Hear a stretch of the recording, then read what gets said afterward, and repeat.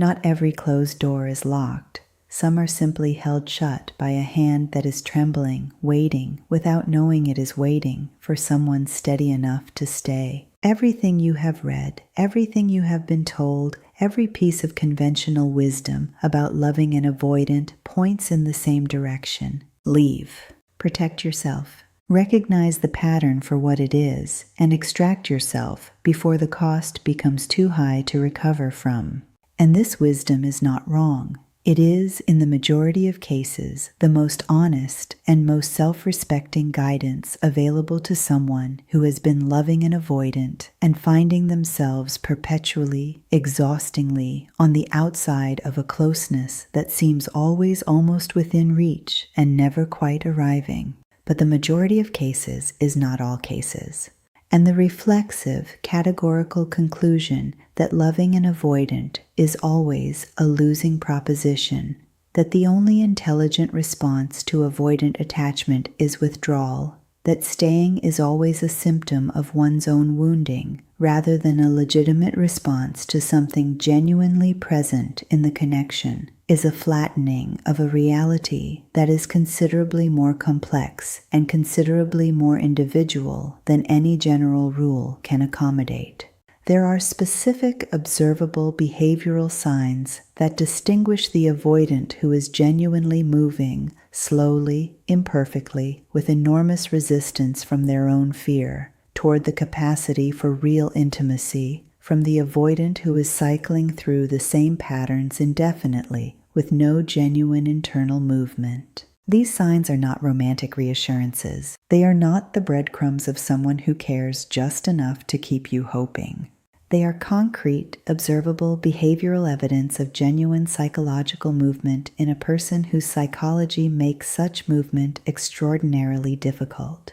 Learning to read these signs accurately, without the distortion of hope that sees more than is there, and without the distortion of self-protection that dismisses what genuinely is perhaps the most important discernment available to someone deciding whether to keep trying with an avoidant. Not because it makes the decision easy, but because it makes it honest. The first sign, they return to difficult conversations instead of burying them. The avoidant's default relationship with conflict, with emotional confrontation, with any conversation that requires them to occupy the vulnerable position of being accountable for their impact on another person is burial. Rapid, efficient, comprehensive burial. The conversation that became too emotionally intense gets deflected in the moment and then never revisited. The concern you raised that landed in an uncomfortable place gets acknowledged minimally, if at all, and then submerged beneath the ordinary current of daily life until it might as well have never been raised. The moment of genuine emotional exposure, yours or theirs, gets managed, contained, and then quietly interred in the place where the avoidant keeps everything that felt like too much to fully feel. This burial is not malicious. It is the automatic operation of a self-protective mechanism that has been functioning since long before they met you. But its effect on a relationship is corrosive in the specific way of all unaddressed things, not explosive, but erosive, wearing down the foundation of genuine intimacy through the consistent message that certain true things cannot be brought into the shared space between you and expected to be met with full presence. The first sign that something is genuinely different, that the avoidant you are with is moving rather than cycling, is when they come back to the conversation. Not immediately, and not without the discomfort that such return costs them, but they come back. A day later, or several days later, they circle around to the thing that was buried, and they open it again. Not perfectly. Not with the emotional fluency of someone who has never had to fight their own nervous system to have an honest conversation. But they open it. They say, in whatever imperfect form their current capacity allows, I have been thinking about what you said, or I did not respond well to that, and I want to try again. Or simply without preamble, they address the thing that was left unaddressed, demonstrating through the act of returning that they have been carrying it rather than abandoning it. This return is not a small thing. For the avoidant, revisiting a difficult conversation requires overcoming the precise impulse that their attachment system generates most powerfully and most automatically. The impulse to let it go, to move forward, to allow the forward motion of time to create enough distance from the uncomfortable moment that it no longer demands engagement. Choosing to go back instead of forward is, for the avoidant, an act of genuine courage dressed in ordinary clothes. It may not look significant from the outside. From the inside of their psychology, it is one of the most demanding things they can do. When this becomes a pattern, not a single occurrence, but a recurring characteristic of how they navigate difficulty with you, it is one of the clearest possible signals that something in them is genuinely working to close the gap between who they have been and who the relationship requires them to be. The second sign, their withdrawal, has a return and an acknowledgement. Every avoidant withdraws. This is not the question. The question, the one that actually determines whether staying is reasonable or not, is what happens after the withdrawal. Because the nature of the return and the presence or absence of any acknowledgement of the withdrawal's impact on you is where the evidence of genuine movement either appears or fails to appear. The avoidant who is not moving returns from withdrawal as though the withdrawal did not happen.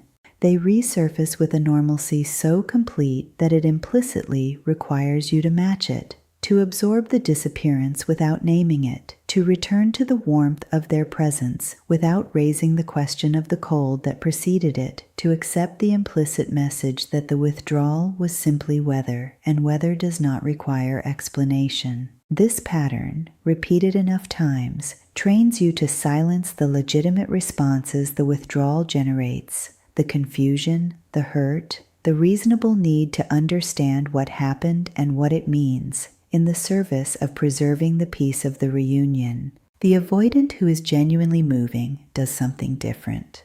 They return, and at some point, not necessarily immediately, not necessarily in the first moment of re-engagement, but within a time frame that demonstrates the awareness has been present, they acknowledge it. Not always with perfect language, not always with the complete emotional accountability that would ideally accompany it, but with some version of, I know I pulled back, or I was not available in the way you needed, and I am aware of that, or simply the demonstration, through changed behavior in the aftermath of the return, that they understood the withdrawal's impact and are actively working to repair it without being asked.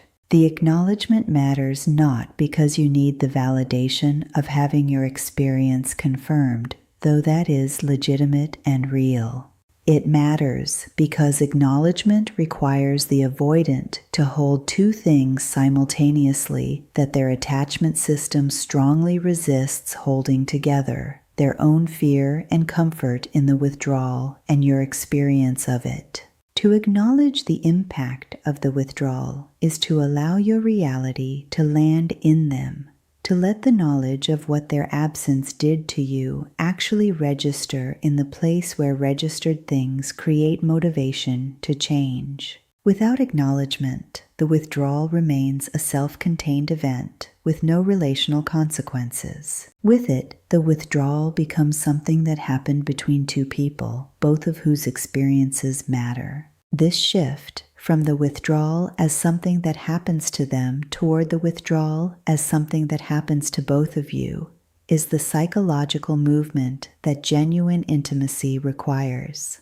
When you see it consistently and across multiple cycles of the pattern, you are seeing an avoidant who is doing the real work of building the very capacity they came to the relationship without. The third sign, they tolerate your full emotional presence without consistent retreat. One of the most reliable markers of avoidant attachment in practice is the particular discomfort the avoidant experiences in the presence of strong emotion, not just their own, but yours.